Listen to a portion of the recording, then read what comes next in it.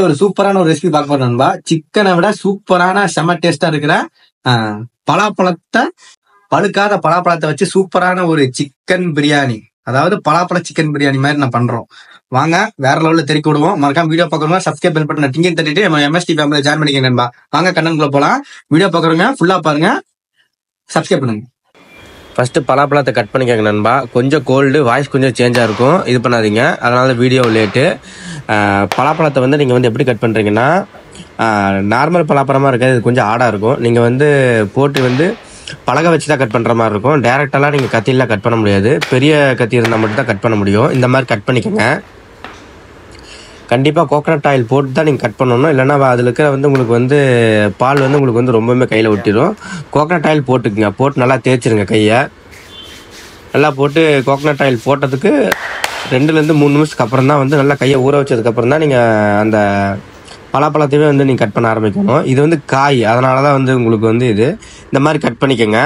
Chicken மாதிரியே இருக்குது உங்களுக்கு டேஸ்ட்டு சேமு. நான் பண்ணுற அப்படியே சேம் அவுட்புட் வந்து நீங்கள் அப்படியே பண்ணிங்கன்னா சேம் சிக்கன் ரெசிபி அப்படியே இருக்குது உங்களுக்கு.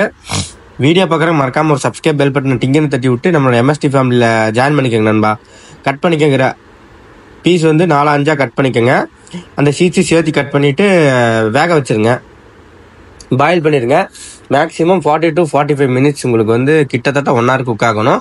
பிரியாணிக்கு தேவையான ஐட்டம்ஸ் வெங்காயம், தக்காளி, அதுக்கப்புறம் வந்து உங்களுக்கு வந்து என்னென்ன ஐட்டம்ல வேணுமே எடுத்துக்கோங்க. புதினா, அப்புறம் வந்து மல்லித்தலை, இதெல்லாம் தான் மெயின். அதுக்கப்புறம் வந்து நம்ம ஸ்டைலில் வந்து உங்களுக்கு ஜூசி ஸ்டைல்னா உங்களுக்கு வந்து நீங்கள் வந்து பாய் கடை பீஃப் பிரியாணி சாப்பிட்ருப்பீங்க, மேக்ஸிமம் எல்லோரும் சாப்பிட்ருப்பீங்க. சேம் அதே மாதிரி தான். ஆயில் போட்டுக்குங்க,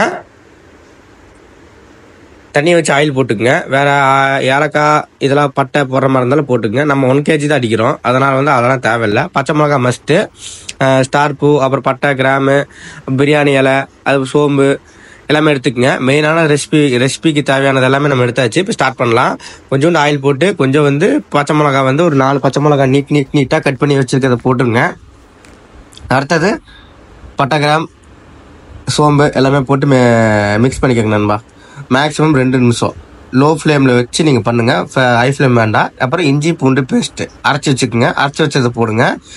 பாக்கெட் வேண்டாம், அது வந்து பேட் ஃபார் ஹெல்த். உங்களுக்கு வந்து அதில் ஒரு வினிகர் நிறைய ஊற்றினா கெட்டு போகாமல் ஒரு 3 to 4 days இருக்கும். ஜிஞ்சர் கார்லிக் பேஸ்ட்டு நீங்கள் ஹோம்மேட் வீட்லேயே அரைங்க, மேபி பெட்டர். தரமாக இருக்கு நண்பா. இதை அப்படியே ஃபாலோ பண்ணுங்கள். மறக்காம வீடியோ பார்க்குறவங்க லைக் பண்ணுங்கள், ஷேர் பண்ணுங்கள், சப்ஸ்கிரைப் பண்ணிட்டு வீடியோ பாருங்கள். யார் யாருக்கெல்லாம் சிக்கன் பிரியாணி பிடிக்குமோ மறக்காம ஒரு சப்ஸ்கிரைப் டிங்கன்னு தட்டி விட்டு வீடியோ பாருங்க நண்பா. ஃபர்ஸ்ட் வந்து நம்ம ஜூசி ஸ்டைல் பீஃப் பிரியாணி செய்யறதுக்கு ரைஸ் வந்து நம்ம தம்மு போடக்கூடாது. ரைஸ் வந்து ஆஃப் பாயில் மட்டும் தான் பண்ணணும். 60% வந்து 100க்கு 60% பாயில் பண்ணிட்டு நீங்கள் எடுத்துக்கங்க. அது உங்களுக்கு உங்களோட அந்த வந்து கன்சிஸ்டன்சி வந்து பார்த்தாலே தெரியணும்.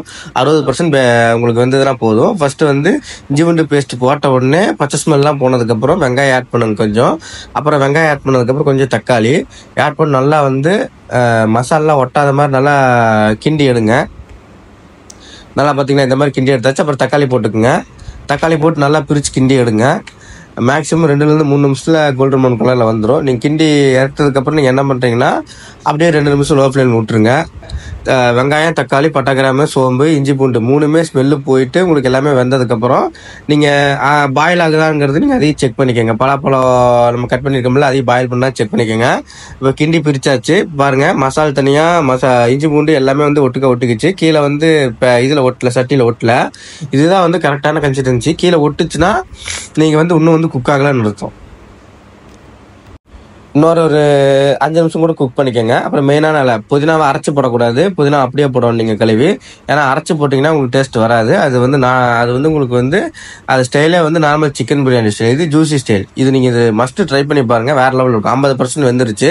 இது நீங்கள் வடிச்சிருங்க நண்பா. இது சிம்பிள் தான். பாருங்கள். உன்னை அடுத்த கொஞ்சம் தயிர், 1 பாக்கெட் தயிர், அதை வந்து துணியில் போட்டு கட்டி யோகாட் பண்ணிக்கோங்க. ஒரு லெமன் போட்டு இது பண்ணிக்கோங்க. அப்புறம் கொஞ்சோண்டு வந்து 3 கரெக்டாக வந்து 1 kg பிரியாணிக்கு 3 டீஸ்பூன் மிளகாப்பொடி மட்டும்தான் போடணும். நீங்கள் அதுக்கு மேலே போடக்கூடாது. நிறையா காரம் சாப்பிட்றவங்களா இருந்தால் மட்டும்தான் ஜாஸ்தி போடணும். வெறும் சோர்சபிள் ஆஃப் வெறும் இதுதான் மிளகாப்பொடி மட்டும்தான் உங்களுக்கு, வேறு எதுவுமே நம்ம போடல. அப்புறம் கொஞ்சம் தேவையான அளவு சால்ட்டு வேணும்னா மல்லிப்பொடி, சிக்கன் பொடி போட்டுக்கலாம். ஆனால் அது வேண்டாம். நீங்கள் வந்து சேம் பாய் வீட்டுக்கு பிரியாணி சாப்பிட்ற மாதிரி வேணும்னா நீங்கள் இதை தான் ட்ரை பண்ணணும். ஒரு மிளகா பொடி இல்லை, டேஸ்ட்டே உங்களுக்கு வரும். மசாலா அடிச்சாச்சுங்களா? உன்னை அடுத்தது வந்து இந்த மசாலில் வந்து இந்த மிளகா பொடி ஸ்மெல்லு போகிற மட்டும் 5 நிமிஷம் விட்டு கொஞ்சம் தண்ணி போட்டு கிண்டி பிரித்து 5 நிமிஷம் விட்டுருங்க.